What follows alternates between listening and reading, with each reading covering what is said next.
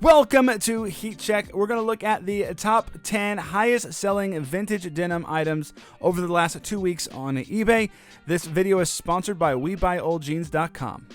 Many of you guys have watched this channel, found the channel because of our Heat Check videos where we go over the top 10 highest selling denim or highest selling vintage t-shirts. Many of you have tried to get your items sold high enough to where they would actually make the list. And it's really hard to do that. So that got us thinking about how we can feature more of you guys in these heat checks. So what we decided to do is we're going to do a community submission heat check. Any of you guys watching are welcome to submit your thrift finds, not necessarily just sales, but thrift finds to my email, lootfam1@gmail.com. Give us some like pictures, videos, whatever. Hopefully like inside the thrift store that you found it in. Give us some details, backstory, whatever. If you sold it by the time that before the video goes live, let us know, and we'll include the sale price, stuff like that. But we want to feature you guys and what you guys find in the thrift store, out of the garage sales, etc. Submit those things between now and the end of this month. I think like, October 28th or something like that. We'll post the video. We'll take the top 10 of those thrift finds and we'll feature them on a monthly video. Give you guys an opportunity to show off what you guys are finding out there in the thrift stores. Hopefully you guys can get those submissions in and we'll get this video out at the end of the month. All right, coming in at number 10, we have Jnco jeans, big crown, side stripe, black. Black? I mean, okay. Sometimes pictures and white balance is, it's not always the best. But we got the skate grunge jeans, size 36 by 32. Let's take a look. We got the stripe down the side, so early 2000s. These definitely look brown, but I'm guessing once we get the better white balance picture here, we'll start seeing the black come out a little bit more. Yeah, still white balance issues, but check it out. Big old Jnco on those pockets. These are some big boys. Got the double back pockets too. Obviously, Jnco jeans is on fire these days. Assembled in Mexico of U.S. components, a very late 90s, early 2000s thing to find on a tag. Generally speaking, if you find this phrase on any tag, it's likely from the late 90s, early 2000s. Otherwise, cool pair of jeans. Obviously, Jnco, again, on fire. We haven't seen Jnco make the top 10 in a little while, so this is pretty cool. 17 bids later, this one sold for $1,000. Next up, we have a vintage Levi's Type 2 507 XX. Let's take a look. We see these a lot, obviously, but this one looks pretty good. All things considered, some pleat are broken there maybe, but not too bad. A couple holes. Sort of all things you sort of expect from jackets this old. Finding them in better condition is obviously very, very hard. Yeah, hole right in the back. It's kind of annoying. Bit frustrating place to have a hole. But generally speaking, what we would normally expect to see out of a jean sale around this price. We have a size 40 just about, it looks like, so that's pretty cool. So that definitely should help the price, but a little surprised this one is sold as low as it did. This jacket sold for $1,500. Next up, we have a Deadstock pair of Levi's, and you know how people love their Deadstock Levi's. Let's take a look. Here we go. It looks like we have, it says 70s. Let's see if we can show us a picture of the tag. By the way, great photos. Excellent photos. Great job on the photos. Except that's kind of a bummer because the automatic eBay system will obviously sometimes get rid of some stuff, so that's not really helpful. Let's see, do we get a tag? We have a single digit, so yeah, we're looking more like the 70s.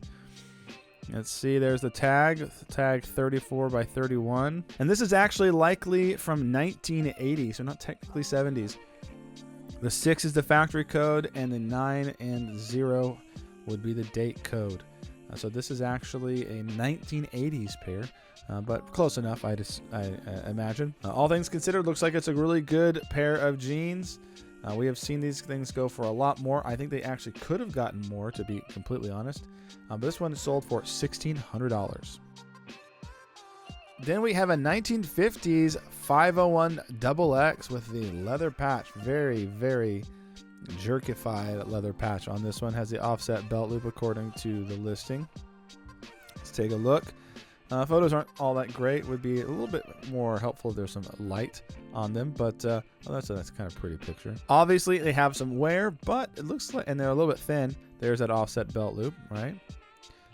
Some wear, some stuff on here, but generally speaking, not a bad looking pair of jeans, all things considered. V-stitch and everything. Let's see, anything else they're going to show us.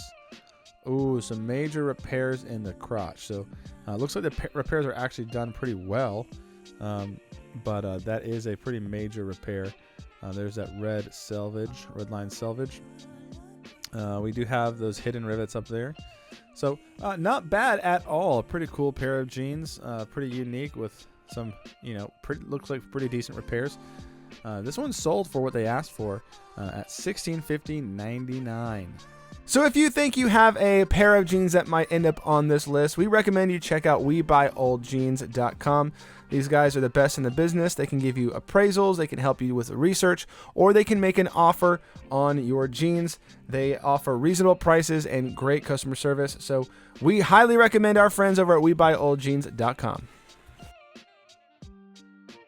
Next up, we have the 60s 501 Big E Levi's. This guy is new to eBay, it appears, so always better to have a few more tags or keywords in your listing, but it got the job done here. Let's take a look. These look like they're in great condition. We do not have a V-stitch, so we're looking at probably the 70s. They look like, yeah, definitely 40 by 34. They've probably shrunk. Let's see if they give us some measurements here. Does not appear that they do. Do they have measurements down here? Say size 40, 40 by 34. I'd imagine that's not accurate in terms of the actual size, because these do appear to have been washed at least once or twice, though they are in really good condition for sure. My guess is we're looking at some 70s. I don't think it says Big E, so probably early 70s 501s. But pretty cool. Could have done a bit better on the listing, but all things considered, a great sale. This one sold for $1,800. All right, they love their Deadstock. Here we go again. We have some Deadstock 501s, shrink to fit. These are 35 by 30. At least that's what the tag size is. Let's take a look at the condition. Looks great. A little bit folded up. Maybe some dirt down there from just being in storage for so many years. Let's take a look. These are from 81. You can tell we have a 3-digit date code here. We actually have a 4-digit we have a 3-digit factory code and a 4-digit date code. Sometimes this happens. This is not common, but sometimes it happened. This, I don't know where the 554, let's see if they show us the back of the button. They do not. I don't know where 558, what factory that was. It's a more unusual factory, but they may have been using a 4-digit date code. This does happen sometimes, not often, but it does happen occasionally from this era. So 1981, again, we are seeing the 80s, early 80s even, Deadstock 501s go for a lot of money. This one went after 22 bids for $2,015. Then we have another Type 2 507XX. Take a look. This one looks actually really nice. I love the fade on this, to be honest. This looks just really nice. Oh, very good. Nice back. It's got like enough sort of patina and marbling to where it looks, like it's been used, but not brand new. But there's no doesn't look like there's like any major issues on this. There's that 17. And there's the pit to pit is 20 inches. So we're looking at around 40. So pretty good size. Yeah, this thing looks great. I do love this one. This is a great looking one. Again, a little surprised to see it this low, but it's pretty good. This one ultimately sold for $2,050. Deadstock back in business, but this one's a different one. Same size as previous and same seller. Taco money. Congratulations. You got yourself a little bit more taco money. Let's take a look at this guy. Yes. All things good. Almost exact same. I would have thought these were the same pair, but they're not, because you can see that this one has a fold in the little tab right here, and the other one does not. But the flasher looks like it's in better condition. So not too much more to say about these. 80s jeans are going crazy still. 22 bids later, this one sold for $21.25. Now here's a really cool and unique jacket here. This one I'm really fascinated by. According to the listing here, we have 70s, 80s motorcycle, Oakland. This is the Hells Angels. Hells Angels are obviously the notorious biker gang. They were a lot of attention on them in the 70s and the 80s. And this one is super sick. The jacket itself is really fascinating. I'm not sure what brand it is. We have these sort of generic buttons. We have no like branding of a particular brand, but we have, look at this. We have selvage. We have selvage arms and cuffs. Like, so bizarre. Selvage just wasn't that common in this time period. This doesn't look exactly like a Levi's. Obviously, this is not narrow. The sort of V here is not narrow enough. So I kind of wondered if this is like, is this a custom jacket that someone actually had made and they used some selvage denim from somewhere else? I don't know. Really fascinating jacket. I'm not aware of any other brand at the time, at least in the 70s, that was doing jackets like this with selvage denim. So this one's real mystery, but because it is associated with the Hells Angels, has all these patches and stuff, obviously there's a lot of attraction to that. And the fact that it is made with selvage denim is just another little perk. So this one is really great.